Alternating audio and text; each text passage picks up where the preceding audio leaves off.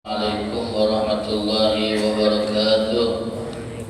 Alhamdulillah wassalatu wassalam ala Rasulillah Muhammad ibn Abdullah wa ala alihi wa sahbihi wa man wala la hawla wa la quwwata illa billah. Subhanaka la ilma lana illa ma 'allamtana innaka antal alimul hakim. Rabbi shrah li sadri wa yassir li amri wahlul 'uqdatam min lisani yafqahu qawli wa saddid lisani wahdi qalbi bijahin nabi wa alihi wa sahbihi. Allahumma hawlina bil ilm wa zayyina bil hilm wa akrimna bit taqwa wa jammilna bil afiyah ya arhamar rahimin. Hadirin wal hadirat wa talabah yang dirahmati oleh Allah, alhamdulillah, puji dan syukur kita panjatkan kehadiran Allah. Salawat dan salam semoga tercurahkan kepada junjungan kita Nabi besar Muhammad sallallahu alaihi wasallam beserta keluarga, sahabat dan pengikut setia beliau sampai akhir zaman. Mudah-mudahan kita semua kelak akan mendapatkan syafaat dari Rasulullah sallallahu alaihi wasallam pada hari kiamat nanti. Amin ya rabbal alamin. Hadirin wal hadirat yang dirahmati Allah, melanjutkan pembacaan kitab Risalatul Mu'awanah yang ditulis oleh Al-Imam Abdullah bin Alawi bin Muhammad Al-Haddad rahimahullah wa nafa'ana bihi wa bi'ulumihi fid dharain amin. Masih membahas bab tentang etika sehari-hari, adab dalam keseharian kita, dan kita masih membahas tentang bab yang berkaitan dengan menjaga ucapan dan menjaga omongan. Hadirin wal hadirat yang dirahmati oleh Allah, ada seorang laki-laki bercerita bahwasanya dia melihat Abdullah bin Abbas, sepupu Rasulullah sallallahu alaihi wasallam, sedang memegang ujung lidahnya. Jadi dia melihat Abdullah bin Abbas lagi memegang ujung lidahnya. Seraya berkata, "Celakalah engkau, ucapkanlah yang baik, niscaya engkau akan dapat untung, dan diamlah dari mengucapkan yang buruk, niscaya engkau akan selamat." Jadi Abdullah bin Abbas akan lagi ngajak ngomong lidahnya dewe, ngomong sama dinginnya dewe, "Oi wahai lidahku, kalau nak ngomong yang baik-baik, yang bisa mendatangkan keuntungan, yang kalau kita ngomong kita dapat pahala. Ucapkan yang baik-baik, yang kalau kita ucapkan kita akan dapat keuntungan pahala darinya.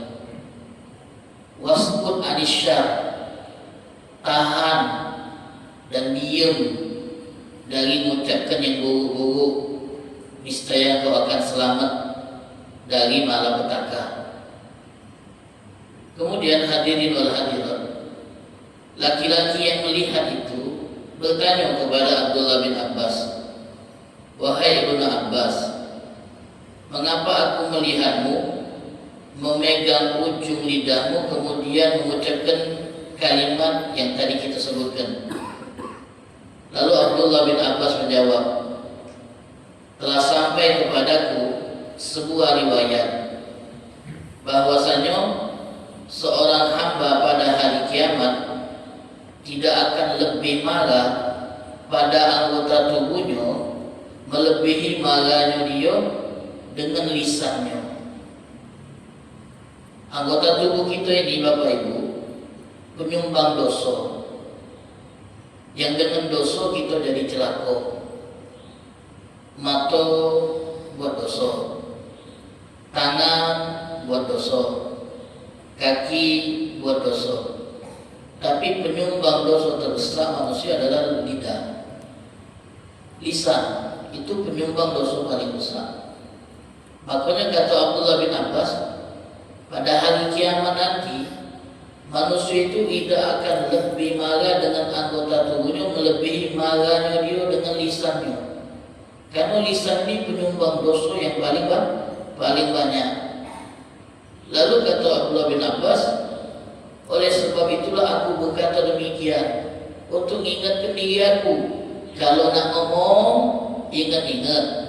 Kalau memang baik, omongkan. Kalau memang buruk, tahan dan batalkan. Wong yang bijak itu Bapak Ibu bukan wong yang kalau ngomong itu omongannya menyentuh. Wong yang bijak itu bukan yang omongannya itu sangat indah kata-katanya. Justru wong yang bijak itu adalah wong yang tahu kapan dia harus ngomong, kapan dia harus diam. Wong yang tahu dan bisa menimbang omongannya ini menguntungkan atau merugikan. Itu wong yang paling bijak. Tidak kalau begitu tuh ceplos-ceplos baik ngomong, kendak-kendak baik ngomong. Kadang kita ini mudah niat melontarkan kalimat tanpa berpikir dampaknya, efeknya bagi yang dengar. Kami Bu pernah pergi acara, dan waktu nak balik ada dua ibu-ibu jalan di dekat kami. Kedua ibu ini berbincang. Apa yang dikomentari? Makanan di tempat acara. Tak lemak ni yang menu tadi. Ya Allah, begitu. Jadi mereka balik dari acara, Pak, sampai ngobrol. Menu tadi tak lemak, ayam yang kelasnya. Ini ribah namanya. Ini menggunjing Bu namanya. Dan itu berdosa. Sebab aku disebut menggunjing, kalau seandainya omongan wong dua ini didengar oleh yang punya acara, tersinggung tak yang punya acara? Tersinggung. Walaupun yang dia omong itu fakta, memang ayamnya keras. Bukan dia ngado-ngado, memang keras dia. Wong yang metik tak baca makannya. Metik tu kata gigi, gigi dah dikit. Susah nak nyokotnya tu. Memang fakta, tapi tak boleh dia omongkan. Kalau dia omongkan dari belakang, namanya riba. Kalau ngomong ini depan wongnya niat, namanya ngatoi, dosa lalu. Kalau main ustaz tu malah depan wongnya yang kita omongi, boy, ayam kamu ni acaranya dikerasnya, tak boleh bodoh, dah dikati itu. Makanya kita ini harus nak benar-benar niatnya ucapan ni. Jangan sampai ucapan kita ini nyakiti, merusak mood wong dan yang lain sebagainya. Ma'asyiral hadirin yang dirahmati oleh Allah. Bahkan sahabat Nabi Abu Bakar Siddiq radhiyallahu taala anhu, beliau disebutkan dalam riwayat, suatu hari Sayyidina Umar bin Khattab masuk untuk mengunjungi Abu Bakar Siddiq. Ini besti kalau gitu, kawan akrabnya Sayyidina Umar dengan Sayyidina Bakar. Suatu hari Sayyidina Umar nak mengunjungi Sayyidina Abu Bakar. Pas sampai di rumah Sayyidina Bakar, Sayyidina Umar melihat Sayyidina Bakar lagi narik-narik lidah. Kalau kita Bu datang rumah kawan lagi narik-narik lidah, apa begitu? Tak jauh ya. Kalau tengok santri narik-narik lidah, mungkin mereka lagi nak belajar masukkan lidah. Sayyidina Bakar narik-narik lidah. Sayyidina Umar bin Khattab yang melihat itu bertanya kepada Abu Bakar, wahai Abu Bakar, berhenti, apa ini narik-narik lidah? Ghafarallahu lak. Mudah-mudahan Allah ampuni dosa-dosa kau kalau memang kau pernah mengucapkan kalimat yang mengandung dosa. Tak perlu nak narik-narik lidah. Apa kata Sayyidina Bakar? Hadzal ladzi awrada bil mawarid. Inilah anggota tubuh yang bisa mengantarkan aku ke juga kebinasaan. Aku tarik-tarik untuk nyadarkan aku agar berhati-hati dalam ngomong. Kata Imam Ghazali, lisan ini saghirun jirmu, kabirun jurmu. Lidah itu kecil bentuknya, besar dampaknya. Kadang perang itu dipicu oleh omongan. Perang antar suku juga kadang-kadang dipicu oleh omongan, ucapan yang rasis. Picu amarah satu suku, akhirnya perang. Gara-gara omongan kecil, tapi dampaknya menghancurkan. Lisan ini kata ulama bisa membuat yang halal jadi haram, yang haram jadi halal. Lisan ini juga bisa mengeluarkan orang dari Islam dan bisa masuk orang ke Islam. Bukankah syahadat masuk Islam itu syahadat? Dan syahadat itu harus diucapkan. Jadi kalau ada orang non-Muslim mengucapkan asyhadu an la ilaha illallah wa asyhadu anna Muhammad Rasulullah, maka dia menjadi Muslim. Selama kalimat syahadat tak dia ucapkan dan dia merasa dia beriman kepada Allah dan Nabi Muhammad tapi tak pernah bersyahadat, secara hukum duniawi dia belum disebut Muslim. Pernah tak kau dengar dia mengucap syahadat? Tak pernah. Tapi dia tak pernah jahat-jahat dengan Muslim. Kalau ditanya percaya tak Tuhan itu singkong? Percaya. Percaya tak Nabi Muhammad utusan Allah? Percaya. Pernah tak mengucap syahadat? Tak pernah. Secara hukum Islam yang nilai secara zahir belum Muslim. Sebab dia baru dinyatakan Muslim kalau mengucap syahadat. Syahadat itu diucap dengan lisan. Orang yang tadi kafir jadi Muslim kalau syahadat. Itu dampak lisan. Bahkan lisan bisa keluar orang dari agama. Dengan ucapan orang bisa murtad. Kalau ada yang ditanya, kau percaya tak? Kalau seandainya ada Nabi setelah Nabi Muhammad, percaya, murtad. Kalimatnya cuma dikit, percaya, murtad. Murtad. Kalau ada orang ngomong dengan santai sambil nyender di podcast, sambil nyender di depan layar, dia ngomong, sudah-sudahlah, sholat tidak wajib, sholat tidak berubah nasib. Buat apa beragama? Hidup ni kita dewe yang mengendalikan, tak usah galak diatur-atur oleh agama. Murtad. Sambil duduk nyender dulu dia. Sampai ada si ngomong, saya ateis demi Tuhan. Macam itu. Ngomong ateis tapi demi Tuhan, percaya Tuhan berarti. Padahal ateis itu tak percaya Tuhan, tapi dia demi Tuhan macam. Murtad tu gara-gara ucapan ada. Bahkan dalam kitab Sulamut Taufik itu ada banyaknya ucapan itu kalau keluar dari mulut kita membuat orang yang mengucap itu jadi murtad. Dan banyak orang-orang yang menganggap sepele ucapan tersebut ketika keluar dari mulutnya. Kecil lisan, tak tahu apa ukurannya, kecilnya. Lisan juga tak bertulang, api tajamnya itu melebihi pedang. Itu di masjid baik, sebulan baik, walaupun jahitan 20 baik, tapi di masjid hati kita seumur hidup tak lupa. Tak baca lupanya aku dengan omongan dia. Dia pernah menyampaikan aku waktu sekolah dulu. Muka-muka jak kau ini tak bakal jadi orang berhasil. Jingoan ini bukan gaya CEO, misalnya beda. Gaya-gaya orang yang gagal, gaya kau ni lah. Belajar pintar tidak, sekolah tidak. Tak bakal berhasil gaya-gaya kau ni. Sakitnya. Tahu-tahu dia jadi orang berhasil, tapi omongan itu memang terngiang terus tak baca lupa. Disepelekan oleh orang terdekat kita, orang tua kita, disepelekan kita. Sudah-sudahlah nak. Tak bakal kau jadi besar. Acah, bisa kelakar tapi bukan besar, jadi besar. Hebat, bisa kelakar. Sakitnya, teringat terus gitu. Omongan-omongan yang nyakitkan itu Pak, diingat terus, dikenang terus. Bahkan budak kecil, budak umur masih SD, kalau kita ngomong yang nyapa ke dia, teringat dia sampai besar. Tak acak lupa dia. Lupa yang disebabkan oleh omongan itu susah untuk disembuhkan, tapi lupa karena goresan pedang itu sembuh dengan berjalannya waktu.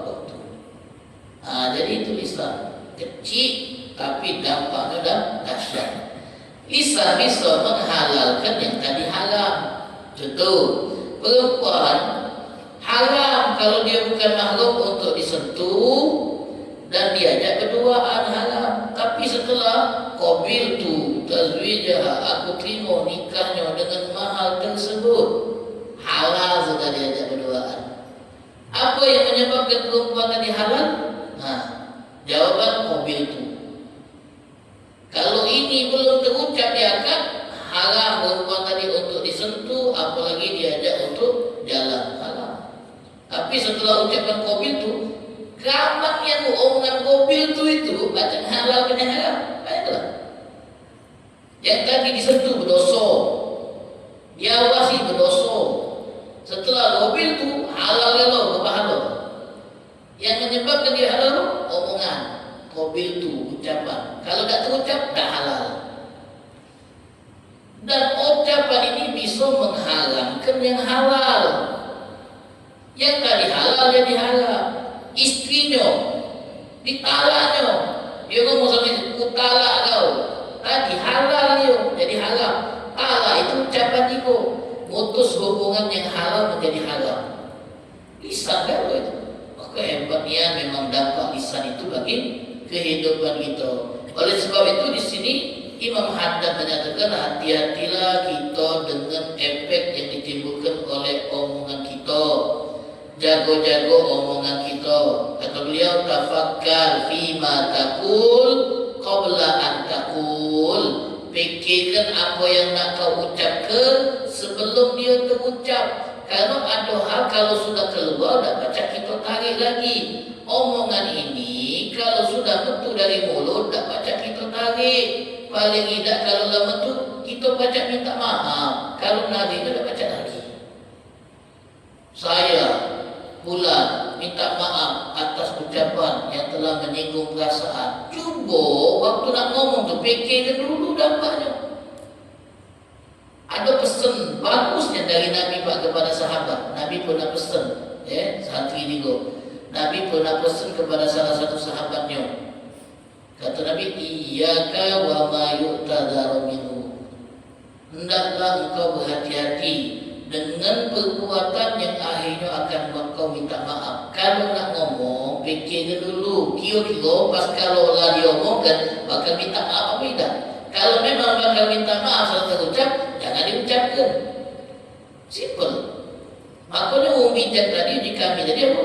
Wong yang sebelum ngomong berpikir dulu, kira-kira pantas apa tidak, bagus apa tidak, manfaat apa tidak yang bakal diomong ini. Kalau memang baik, omongkan. Kalau memang jelek, lebih baik diam. Jarang orang menyesal karena dia milih untuk diam, tapi banyak orang yang nyesal karena dia milih melok ngomong. Bagaimana pendapat Bapak tentang dolar yang naik 18.000? Komen. Tak melok, kami tak pegang dolar. Allah Pak, aman. Akhir komen dulu, tidak ekonomi.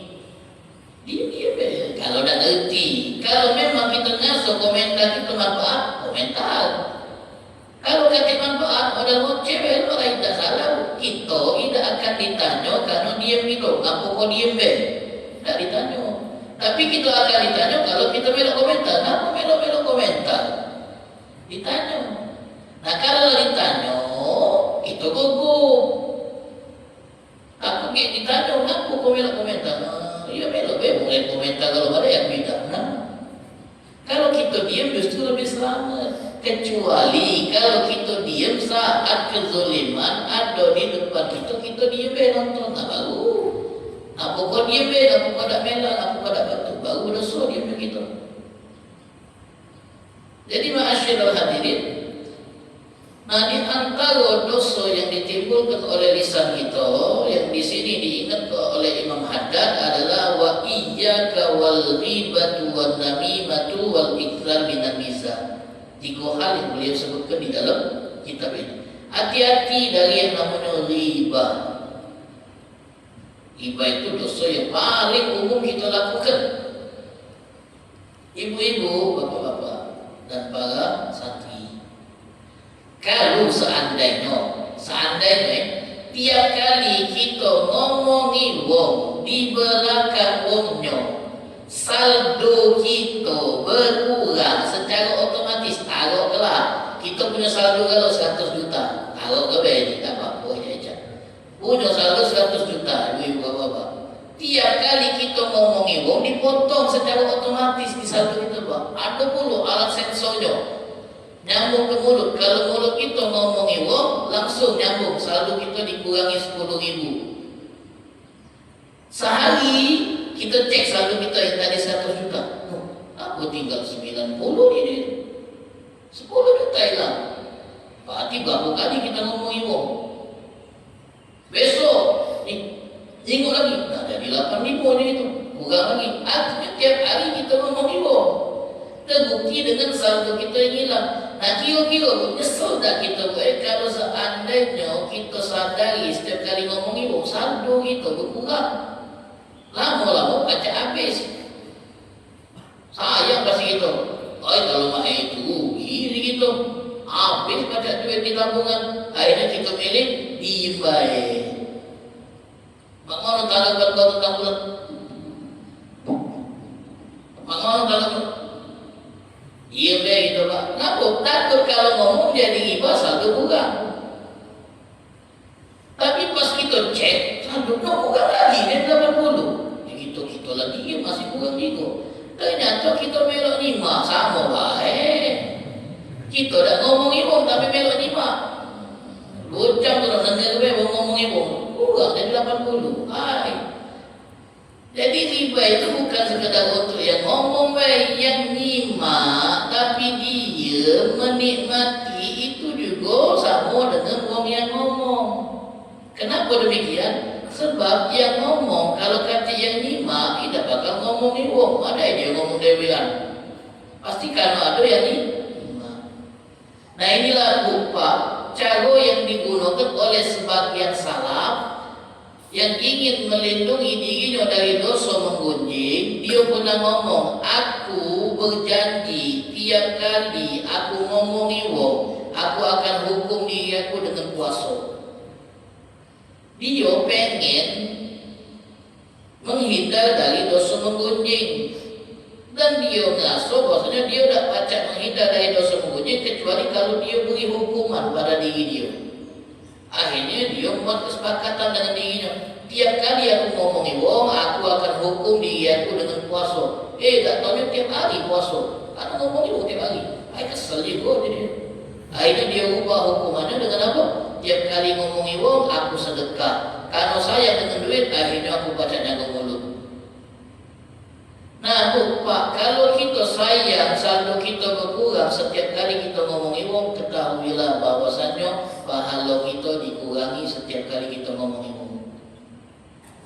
Bukan saldo kita ya Bang, pahala kita, pahala sholat, pahala ngaji, pahala sedekah, pahala semua pahala kita dikurangi tiap kali kita ngomongi wong. Dan kita tidak ngasuhkan pahala kita lagi dikurangi, tidak ngasuh itu. Tahu-tahu pas kita cek di hari kiamat, kita tidak nemu catatan, padahal aku 4 kali hutang, padahal aku sedekah sekian. Aku dah kata ya Allah, kalau punya wong catatan ni, punya kau itu, kemana pahala aku? Pindah ke catatan wong lain yang pernah kau omongi dari belakang. Wah, begini tu. Di momen itulah kita rasa bahwa telah mengalami kerugian. Karena pahala kita harus diambil oleh wong lain yang kita omongi dari belakang. Dan riba itu banyak jenisnya, banyak bentuknya yang kita sudah jelaskan. Ma'asyiral hadirin wal hadirat yang dirahmati oleh Allah Subhanahu wa taala. Kemudian kata Al-Imam Abdullah bin Ali Al-Haddad masih membahas tentang adab sehari-hari. Wa 'alaika an la tanqula qadamaika illa ila khairin aw fi hajatin. Hendaklah kau tidak melangkahkan kakimu. Adab berjalan dulu Pak. Kalau kita nak metu dari rumah, kita kan mendemnya di rumah Kalau kita nak metu dari rumah, nak melangkahkan kaki dari rumah, perhatikan terlebih dahulu nak ke mana kaki ini melangkah. Nak ke mana? Di sini Imam Haddad ngomong, jangan kau langkahkan kakimu kecuali ke tempat-tempat yang baik, ke masjid, ke majelis, ke rumah kerabat untuk silaturahmi, atau hendaklah engkau melangkahkan kakimu karena ada keperluan untuk keluar rumah. Nak ke mana? Nak belanja, bagus. Nak ke mana? Nak nemui wong, tak apa-apa. Jadi sebelum kita ngelangkah, kita fikirkan dulu ke mana kaki ni nak langkah. Biar tahu tujuannya. Kalau memang nak kata manfaatnya, lemaklah di rumah. Lebih aman dari dosa.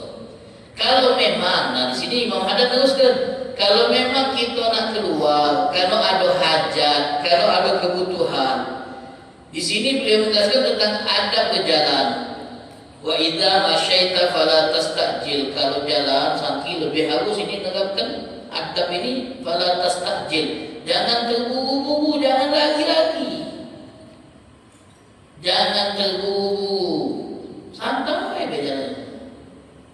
Jangan pelan ino, wason yang jalan tu. Apalagi kalau kita kendaraan, Pak, boleh? Kalau kita naik kendaraan, jangan ngebut-ngebut, jangan buru-buru. Apalagi kata yang dikejar, apa yang ngebut-ngebut? Jangan pelan-pelan juga, kalau yang di belakang mungkin yang nak ada gawian cepat terhalang oleh kita yang lepet-lepet. Jadi standar wena 50, 60, ngebutnya tidak, lambatnya tidak. Ini asal jalan pelonnya, belakang ada sontin, tak ngasuh pula dia Pak. Ting-ting, masih dia mobil ini. Oh nak motor nak baca, ngembe tengah dikit pula. Oh nak motor nak baca. Nah ini tak tahu adab di perjalanan. Ingat ini. Jangan kita anggap sepele. Ini etika-etika yang diajarkan dalam Islam. Baik saat kita berjalan, jangan ngebut, jangan juga pelanian. Apalagi saat berkendaraan, jangan ngebut, jangan pelanian. Ngebut membahayakan orang lain. Pelanian merugikan orang yang pengen terburu-buru. Jadi asal. Nah ini adabnya dalam Islam. Wala takhtal, jangan ngesok.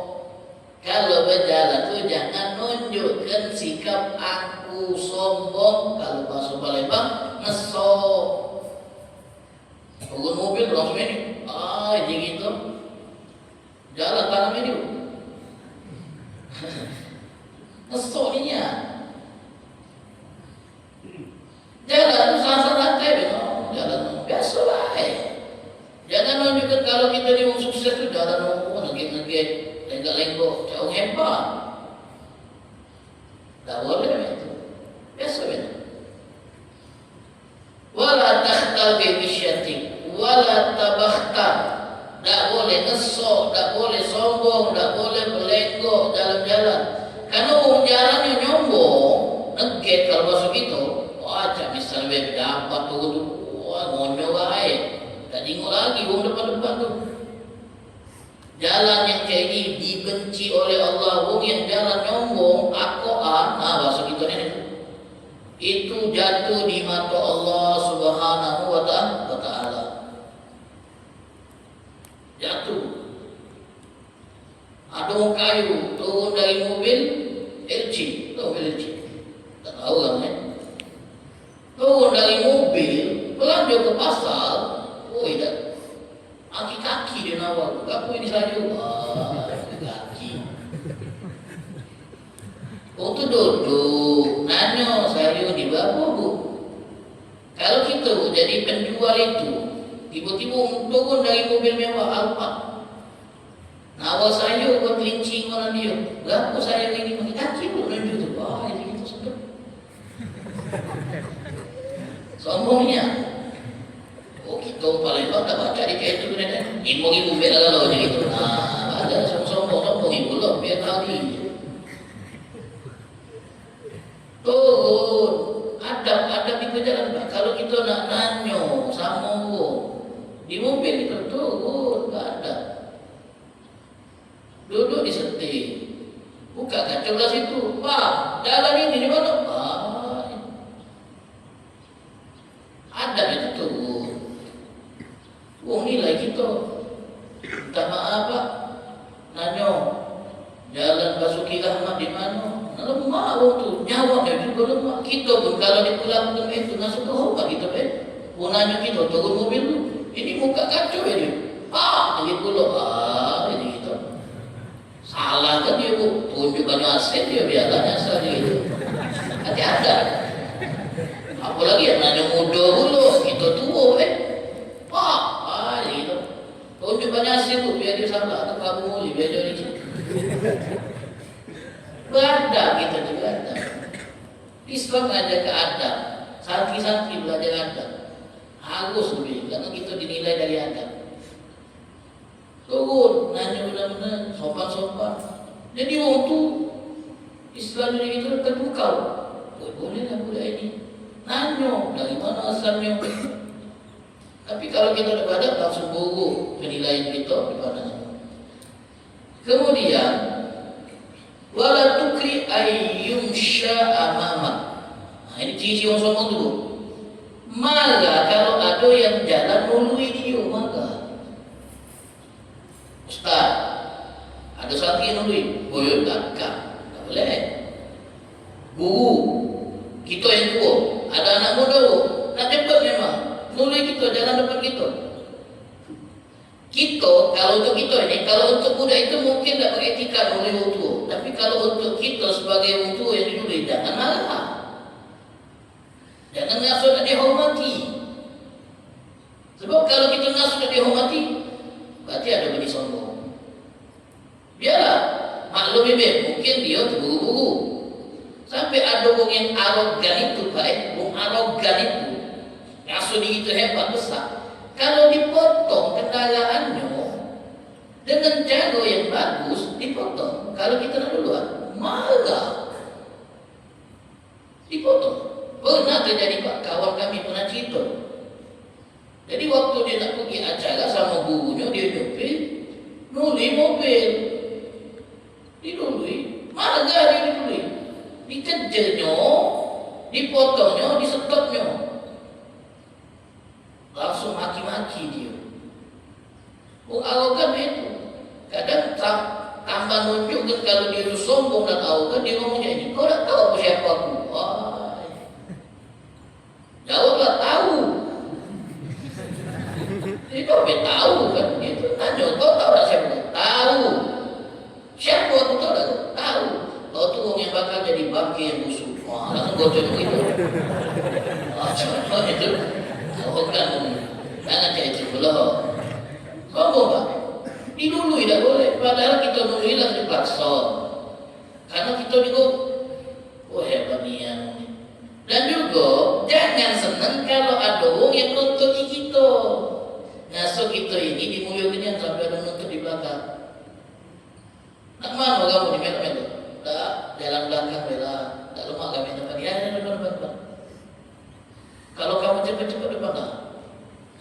Abdullah bin Mas'ud kalau tidak salah, atau Ahmad bin Hanbal, Imam Ahmad bin Hanbal, Imamul Mubajjal, seorang imam yang terhormat.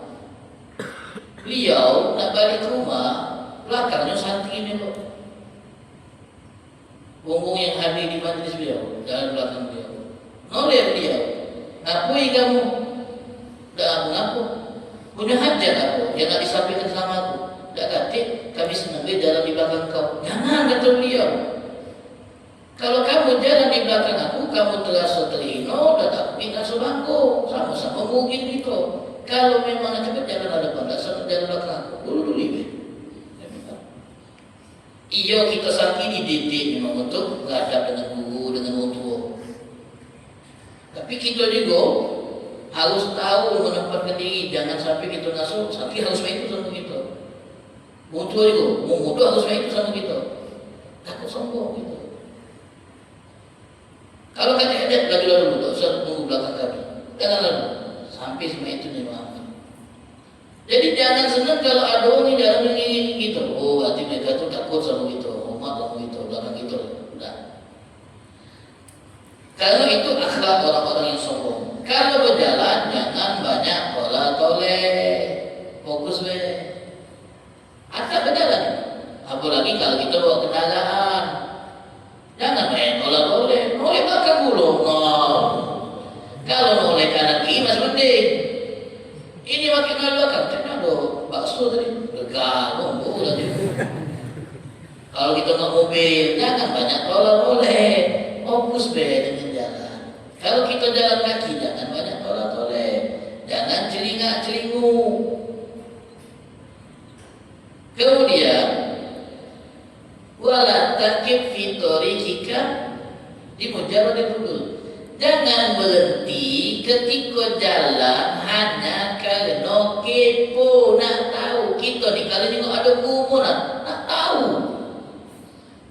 Bocor apa kan? Apa rami gitu? Setor mobil tadi, mobil pula. Ada apa ni? Ada bunuh diri, manjuk dia bocor. Melok ni kau pula gitu. Mana orang? Onyo tak usah peduli kan. Ada kecelakaan biasanya kami itu nonton bukan nolong. Nonton. Mana pun makin nanya pula kronologi. Aku baca tunggu kan. Pudul. Ini pudul namanya. Kepo.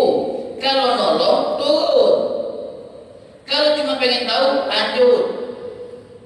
Kami ke jalan mau macet.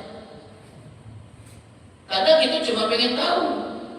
Akhir keluarkan handphone dulu. Min, ada kecelakaan min. Aku min lain tu. Tinggal lagi videonya. Jangan sekarang bu, aku beri rekam. Kalau di luar negeri kamu mati itu, apalagi kau di belakang, pelanggaran kena pidana. Kalau kita direkam, ngeri gitu. Pernah kan ada video putaran video kan, ada kecelakaan di luar negeri itu. Ada orang lewat di video itu ditutup oleh polisi. Kau nak tengok ayat sini, melok aku tengok langsung tidak selalu rekam. Kenapa kau video kan? Mana perasaan keluarganya kalau tengok video itu? Dan diputar-putar terus video itu. Pilar dulu, keluarganya yang paling merupakan musibah yang berat karena keluarganya mati kecelakaan. Dan tengok video itu lagi, akhirnya sedih lagi. Sampai itu namanya sisi manusia yang hebat. Jadi jangan berhenti di jalan karena untuk sekedar pengen tahu kenapa jalan bilang itu. Contoh, udah berhentinya melidah juga pengen tahu Jadi ini adab dalam berjalan.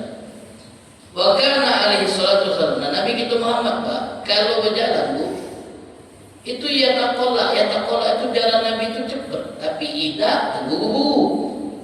Diibaratkan oleh sahabat yang memperhatikan bagaimana cara jalan Nabi itu berjalan seperti bumi yang turun di turunan. Kita kalau jalan di turunan agak ngebut kan, dan tapak kita lebih kuat supaya stabil. Nah Nabi itu jalan tapaknya kuat dan ngebut seperti bumi yang turun dari turunan. Dan Nabi tidak tolak-tolak. Kalau dipanggil Nabi nolehnya dengan seluruh badan, bukan cuma menggerakkan leher.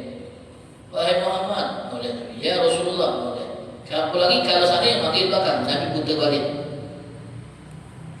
Itu ada Nabi kita Muhammad. Hal-hal simple, tapi ini erat dengan sehari-hari kita. Ini adab yang diajarkan oleh Nabi kita. Memang sifatnya kebiasaan, tak kata pahala. Kalau kita kerjakan, tidak berdosa juga. Kalau kita tinggalkan, tapi kalau kita niatkan pas melakukan itu mengikuti cara dan gaya Nabi Muhammad SAW, kita jadi boleh pahala. Apa kau lakukan? Karena Nabi melakukannya. Ini kan kebiasaan. Pakai sendal. Apa pakai sendal? Ya kita pakai sendal dulu. Tapi kalau Nabi pakai sendal, kami pakai sendal juga. Kalau seandainya Nabi tidak pakai sendal, kami. Jadi diukur dengan Nabi kan boleh pahala.